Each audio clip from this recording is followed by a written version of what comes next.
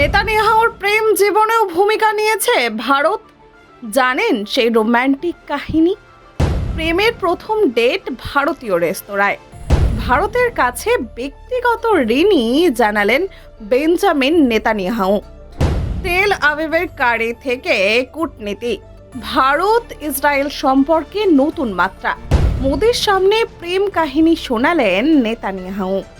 ভারতীয় খাবারে বাধা পড়েছিল মন। গাড়ি কুইনের রেস্তোরাঁয় প্রথম দেখা। আজ দুই দেশের সেতুবন্ধন আরও মজবুত। প্রেম, পদক আর পার্লামেন্টে করতালে। ইসরায়েল সফরে মোদির ট্রিপল ধামাকা। ভারতের কাছে ঋণী নেতানিয়াহুর স্বীকারোক্তির উষ্ণ বার্তা দিল তেল আবিব। দেখুন, ভারতের সঙ্গে ইসরায়েলের সম্পর্ক যে নতুন বা কূটনৈতিক কৌশলগত না, তা এবার ব্যক্তিগত স্মৃতিচারণের মধ্যে দিয়েও স্পষ্ট করলেন ইসরায়েলের প্রধানমন্ত্রী। তিনি জানিয়েছেন, নিজের ব্যক্তিগত জীবনের এক গুরুত্বপূর্ণ অধ্যায় ভারতের বিশেষ ভূমিকা রয়েছে, যার জন্য তিনি ব্যক্তিগতভাবে ভারতের কাছে ঋণী। প্রধানমন্ত্রী নরেন্দ্র মোদীর ইসরায়েল সফরের সময় এক যৌথ বিবৃতিতে নেতানিয়াহু এই কথা বলেন। তিনি স্মৃতিচারণ করে জানান, তার স্ত্রী শাবার সঙ্গে প্রথম দিন একটি ডেট হয়েছিল তেল আবিবের একটি ভারতীয় রেস্তোরাঁয়। সেই অভিজ্ঞতা তার জীবনে বিশেষ জায়গা করে নিয়েছে। নেতানিয়াহু বলে, সেটি ছিল তাদের প্রথম বা দ্বিতীয় ডেট। শুধু সময়টাই নয়, সেই রেস্তোরাঁর পরিবেশ ও খাবারও ছিল অসাধারণ।